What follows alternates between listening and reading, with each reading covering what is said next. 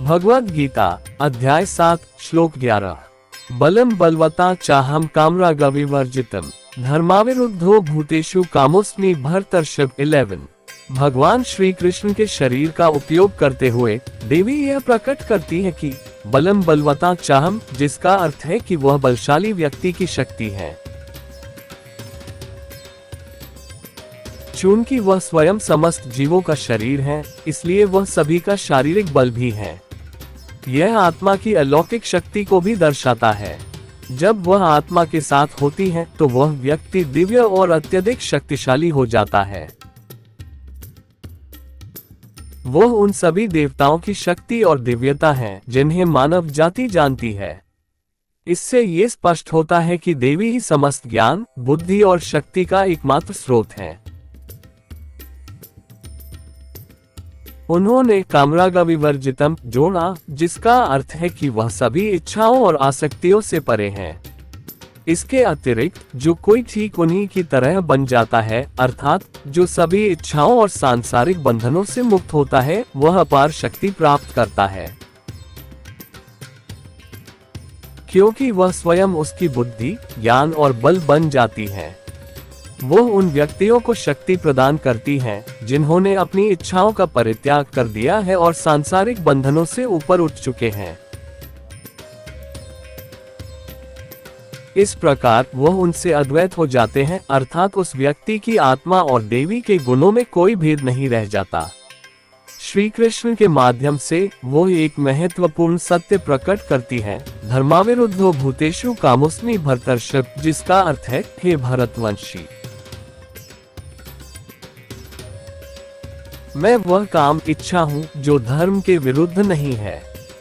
हर एक ने देवी के साथ योग में रहने की कोशिश करनी चाहिए। वह सदैव यह अपेक्षा करती है कि सभी प्राणी धर्म के मार्ग का अनुसरण करें और अधर्म से दूर रहें, चाहे वह विचारों में हो या कर्मों में। वह ये भी कहती है कि जो व्यक्ति निरंतर धर्म का पालन करता है, इच्छाओं पर विजय प्राप्त करता है और सभी आसक्तियों को त्याग देता है, वह केवल एक ही उद्देश्य से जीता है, अपनी सभी आंतरिक भिन्नताओं को समाप्त करके देवी के साथ पूर्ण योग संयोग में रहना। ये योग ही मोक्ष प्राप्त करने की कुंजी है, जिसे अंतिम मुक्ति भी कहा जाता है। केवल देवी के साथ योग स्थापित करके ही जन्म और मृत्यु के चक्र से पार पाया जा सकता है। इस श्लोक का अर्थ यह है कि देवी स्वयं ये घोषणा कर रही है कि वह उसी व्यक्ति की शक्ति है जो अपने जन्मजात स्वरूप में बना रहने का प्रयास करता है, जो शुद्ध और निर्लिप्त रहता है। यह उस व्यक्ति की ओर संकेत करता है जो निरंतर योगस्थ योग में स्थिर रहने का प्रयास करता है, जो सभी सांसारिक बंधनों को त्याग कर धर्म के मार्ग पर चलता है और साधु का जीवन व्यतीत करता है। ऐसा व्यक्ति 6 मानसिक शत्रुओं षड्रिपु का निरंतर विरोध करता है। केवल वही व्यक्ति जो इन आंतरिक शत्रुओं पर विजय प्राप्त करता है, वास्तव में देवी के साथ योग में बना रह सकता है। जब कोई व्यक्ति देवी के साथ इस योग को प्राप्त करता है, तो वह दिव्य और अलौकिक शक्तियों सिद्धियां का अनुभव करने में सक्षम हो जाता है। इसके अतिरिक्त केवल वही व्यक्ति जिसने अपने अहंकार, इच्छाओं और आसक्तियों को पूरी तरह से समर्पित कर दिया है, अंततः मोक्ष प्राप्त कर सकता है, जो जन्म और मृत्यु के चक्र से मुक्ति है। Bhagavad Gita chapter 7 verse 11। बलम बलवता चाहम कामरागविवर्जितम धर्माविरुद्धो भूतेषु कामोस्मि भरतर्षभ 11। Utilizing the body of Bhagwan Shri Krishna, she states that Balam Balvata Chaham implies that she is the strength of a strong person. As she is the body, she represents the physical strength of everyone.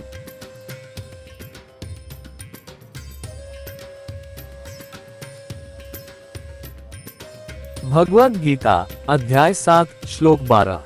ये चैव सात्विका भावा राजसास्तामसाश्च ये मत अविति तान्विद्धि न त्वं तेषु ते मयि 12। देवी भगवान श्री कृष्ण के माध्यम से ये समझाती है कि मनुष्यों में 3 प्रकार के गुण स्वभाव होते हैं, सत्व गुण, रजो गुण और तामसिक गुण। प्रत्येक व्यक्ति सत्व गुण के साथ जन्म लेता है, क्योंकि कोई भी जन्म से बुरा नहीं होता। स्वयं देवी भी अनंत काल तक सत्व गुण से युक्त रहती हैं। जो व्यक्ति अपने जीवन भर इस सत्व गुण को बनाए रखता है, उसे योगस्थ कहा जाता है। मोक्ष प्राप्त करने के लिए इस योग की अवस्था में फिर से पहुंचना अनिवार्य है। वो ये बताती है कि प्रत्येक व्यक्ति जन्म से सात्विक होता है, लेकिन बाहरी संगति और भावनाओं पर नियंत्रण की कमी के कारण व्यक्ति रजो या तमो गुण की ओर बढ़ने लगता है, जिन्हें अवांछनीय माना जाता है। अपने जन्मजात सत्व गुण को त्यागना सांसारिक वस्तुओं के प्रति आसक्ति का परिणाम है। भगवान श्री कृष्ण का शरीर निरंतर उनके आत्मा को ज्ञान प्रदान करता है और यह समझाता है कि इन तीनों गुणों का अनुभव केवल तभी किया जा सकता है जब कोई जीवित हो। मृत्यु के बाद जब आत्मा शरीर से निकल जाती है, तब वह केवल सत्व गुण में ही रहती है। देवी स्पष्ट करती है कि यद्यपि ये तीनों गुण उन्हीं से उत्पन्न होते हैं, क्योंकि वह सभी प्राणियों का शरीर है, लेकिन रजो और तमो गुण, जो नकारात्मक प्रवृत्तियां हैं, उनमें नहीं पाई जाती। वह कहती है कि यदि कोई व्यक्ति इन नकारात्मक प्रवृत्तियों के प्रभाव में आ जाता है, तो यह उनकी देवी की जिम्मेदारी नहीं है। एक सृजनकर्ता के रूप में वह आत्मा को भौतिक शरीर प्रदान करती है, लेकिन आत्मा एक दृष्टा और संरक्षक होती है, जो स्वयं अपनी पवित्रता बनाए रखने और शरीर को स्वस्थ रखने के लिए उत्तरदायी होती है। यद्यपि वह सभी इंद्रियों और मस्तिष्क की अंग है, फिर भी वह न तो स्वयं इनका अनुभव करती है, न ही किसी को प्रभावित करती है और न ही इनका उपयोग करती है। इसलिए यदि कोई आत्मा उनका उपयोग करके कोई गलत कार्य करती है, तो उसकी जिम्मेदारी देवी पर नहीं आती।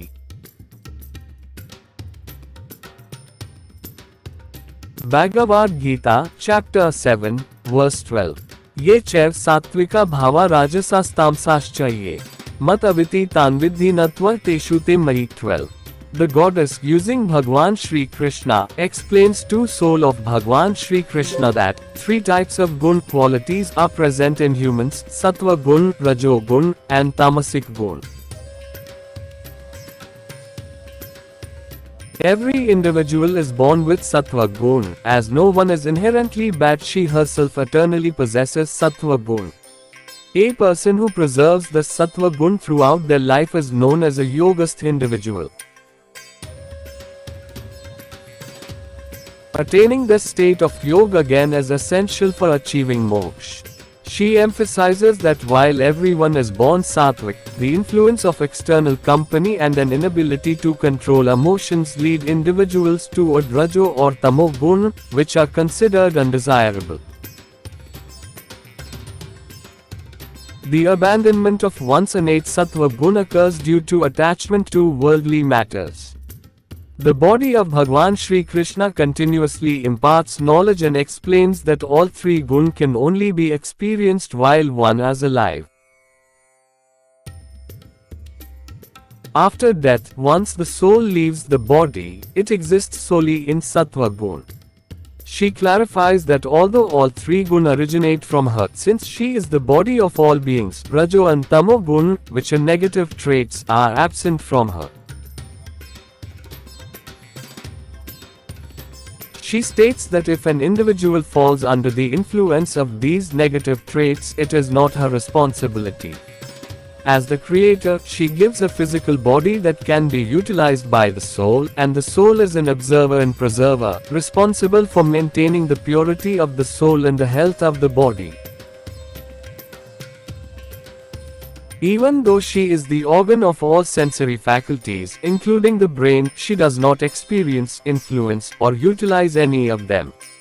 Therefore, she bears no liability for any wrongdoing committed by a soul using her as a physical form.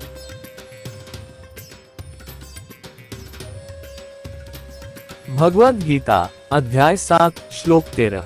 त्रिभिर्गुणमयर्भावैरभि सर्वमिदं जगत् मोहित नाभिजानाति मामेभ्यः परमव्ययम् 13। भगवान श्री कृष्ण के शरीर ने पहले आत्मा को 3 गुणों के बारे में बताया था और अब वह इन गुणों सत्व गुण, रजोगुण और तमोगुण का ज्ञान देना जारी रखती है। वह कहती है कि संपूर्ण संसार इन 3 गुणों के प्रभाव में है और उनका प्रभाव अलग अलग क्षेत्रों में स्पष्ट रूप से देखा जा सकता है। कुछ स्थानों में अधिकांश लोग सात्विक होते हैं, जबकि अन्य स्थानों में रजो और तमो गुण का प्रभाव अधिक होता है। इसी प्रकार विभिन्न कालों में भी प्रमुख गुण बदलते रहते हैं। उदाहरण के लिए सत्य युग में अधिकांश लोग सात्विक होते हैं, जबकि द्वापर युग और कली युग में कम से कम लोग अपनी सात्विक प्रकृति को बनाए रखते हैं। ये कहते हुए वह जो भगवान श्री कृष्ण का शरीर है इस प्रश्न का उत्तर देती है कि कोई भगवान को क्यों नहीं देख सकता। वह बताती है कि इन 3 गुणों के प्रभाव के कारण लोग मानसिक स्पष्टता खो देते हैं और उसे नहीं पहचान पाते, भले ही वह सर्वव्यापी हो और जन्म से मृत्यु तक उनके साथ उनके शरीर के रूप में उपस्थित हो। रजो और तमो गुण द्वारा उत्पन्न माया के प्रभाव में लोग उसकी सर्वव्यापक प्रकृति को स्वीकार नहीं कर पाते और इस कारण उसे इस पृथ्वी पर एकमात्र भगवान के रूप में पहचानने में असमर्थ रहते हैं। सर्वव्यापकता का अर्थ है एक ही समय में हर स्थान पर उपस्थित होना। पृथ्वी पर उससे ऊपर कोई और भगवान नहीं है। वह सभी देवताओं में विद्यमान शक्ति या ईश्वरीय कण गॉड पार्टिकल है जिन्हें मानव जानता है। उसने पहले श्री कृष्ण से कहा था कि केवल वही लोग जो भगवान में अडिग विश्वास रखते हैं वास्तव में उसे पहचान सकते हैं और उसकी सर्वव्यापकता को समझ सकते हैं। वह इस ग्रह की शरीर और आत्मा दोनों है और साथ ही वह प्रत्येक जीव के शरीर के रूप में भी विद्यमान है। ये पृथ्वी जीवित है, यह उसका शरीर है और उसके पास आत्मा भी है। उसी समय वह प्रत्येक जीव के शरीर के रूप में उपस्थित है। यही शिवलिंग का अर्थ है, जो ये दर्शाता है कि भगवान वास्तव में हर उस चीज में मौजूद है जो प्रजनन से उत्पन्न हुई है और जीवित है। केवल एक योगस्थ व्यक्ति जो इन 3 गुणों के प्रभाव से मुक्त है और देवी के साथ योग में है, वही माया से परे जा सकता है, उसे पहचान सकता है, स्वीकार कर सकता है, उस पर विश्वास कर सकता है और पृथ्वी पर उसकी सर्वोच्च शक्ति के रूप में अनुभव कर सकता है। वह इस ग्रह पर प्रत्येक अणु रेणु और हर वस्तु पर पूर्ण नियंत्रण रखती है। पृथ्वी पर प्रत्येक अणु रेणु पर उसकी सत्ता है। जिस चीज को आप नहीं जानते उसे आप देख नहीं सकते, भले ही वह आपके सामने हो। लोग सुदर्शन दृष्टि के अभाव में भगवान को नहीं पहचान पाते, भले ही उन्होंने अपना पूरा जीवन भगवान को अपने शरीर के रूप में धारण करके बिताया हो और उसी भगवान के शरीर पृथ्वी पर अपना संपूर्ण अस्तित्व व्यतीत किया हो।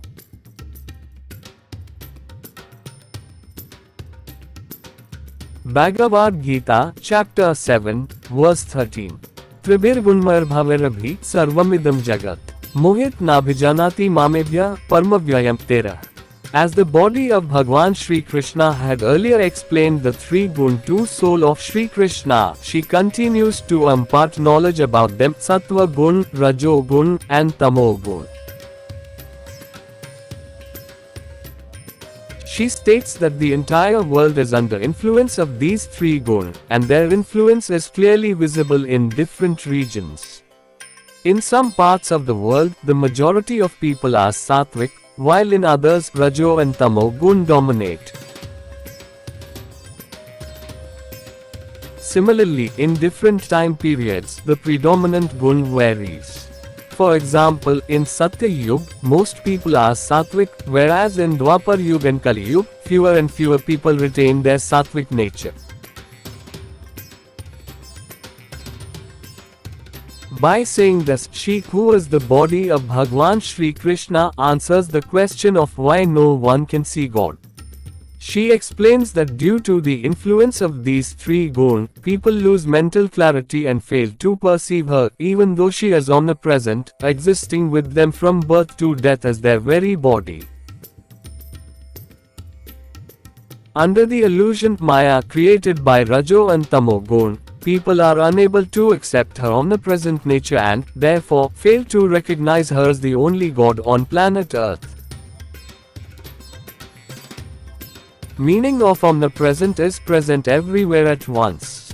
There is no higher God other than herself on planet Earth. She is the Shakti God particle in all gods known to humans.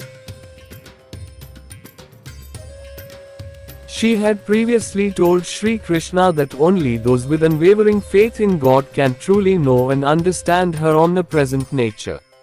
She is both the body and soul of this planet, and at the same time, she exists as the body of every living being.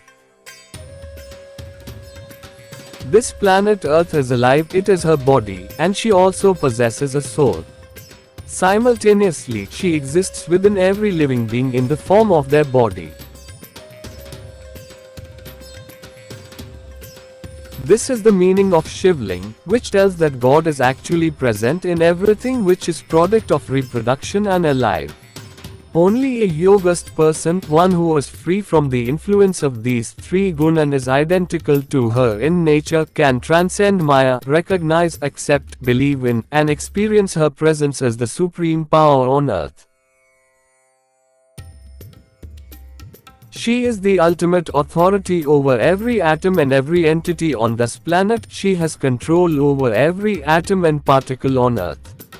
One cannot see what one does not truly know, even if it is right in front of them.